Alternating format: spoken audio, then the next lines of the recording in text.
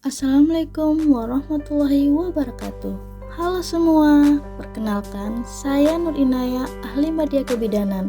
Saya ingin memberikan informasi dan edukasi tentang bahaya perdarahan pada kehamilan dan persalinan. Yuk kita simak. Apa itu perdarahan saat kehamilan? Perdarahan saat kehamilan merupakan kondisi yang cukup sering terjadi pada trimester awal kehamilan.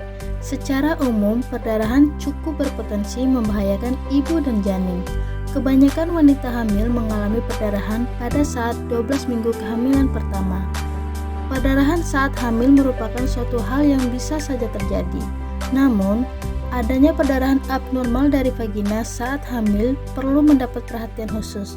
Keadaan tersebut dapat menjadi tanda dari kondisi yang serius, bahkan bisa membahayakan kehamilan dan keselamatan janin.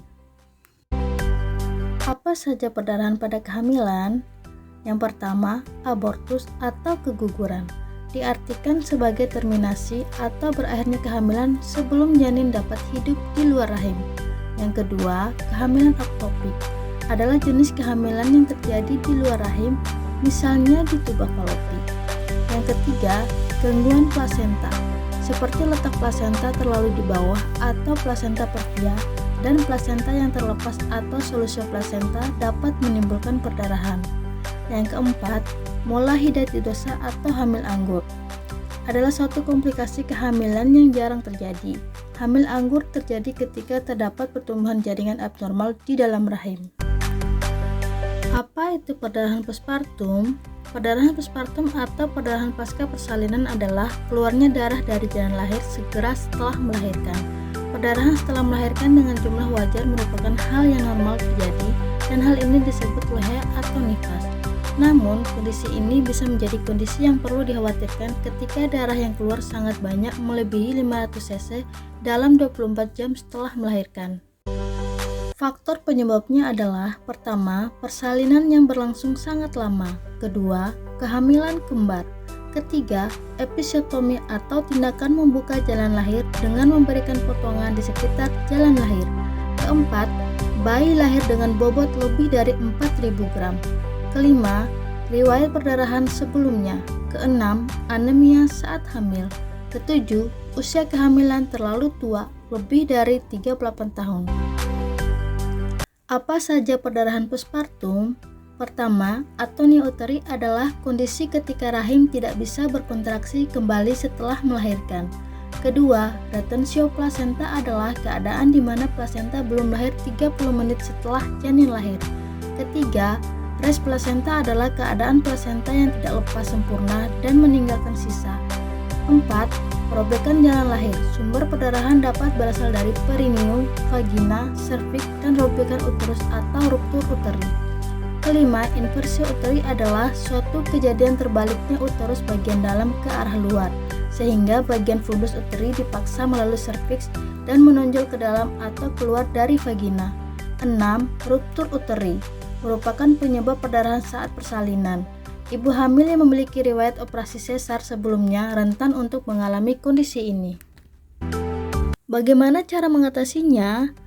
Perdarahan pada kehamilan dapat diatasi dengan: pertama, kurangi aktivitas fisik dan istirahat yang cukup; kedua, ketika mengalami perdarahan segera menemui bidan atau dokter kandungan. Sedangkan pada perdarahan postpartum dapat diatasi dengan: pertama, identifikasi dan koreksi anemia pada ibu hamil sebelum persalinan.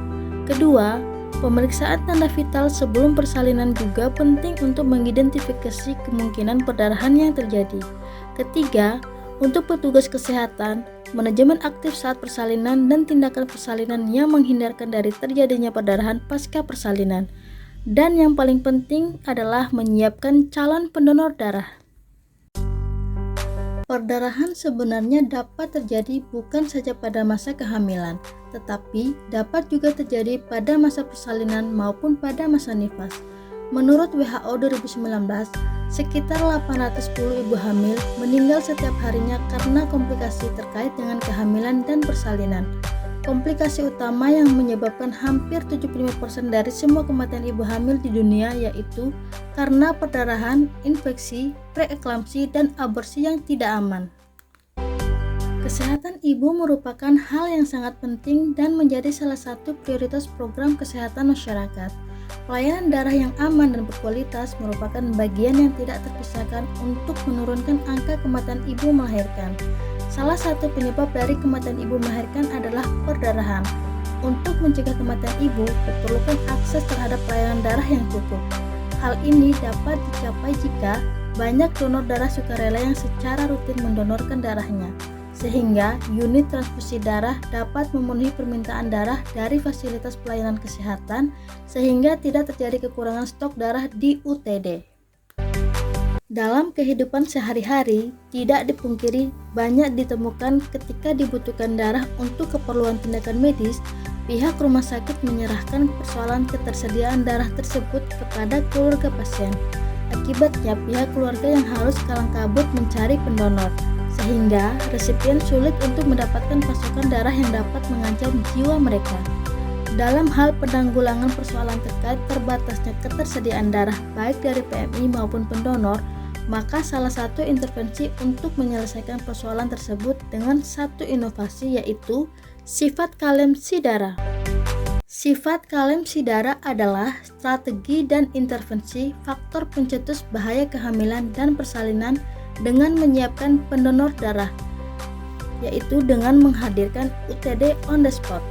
UTD on the spot atau donor darah berjalan adalah para donor aktif yang kapan saja bisa dipanggil.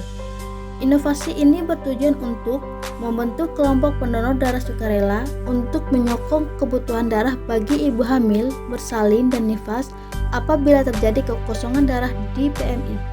Ketika darah dibutuhkan, maka para pendonor ini siap untuk mendonorkan darah kapan saja dibutuhkan. Dengan demikian, diharapkan dapat terjadi peningkatan peran serta masyarakat dalam pelaksanaan donor darah. Setetes darah Anda menyelamatkan ibu hamil. Mari sukseskan sifat kalemsi darah dengan berpartisipasi menjadi pendonor darah aktif.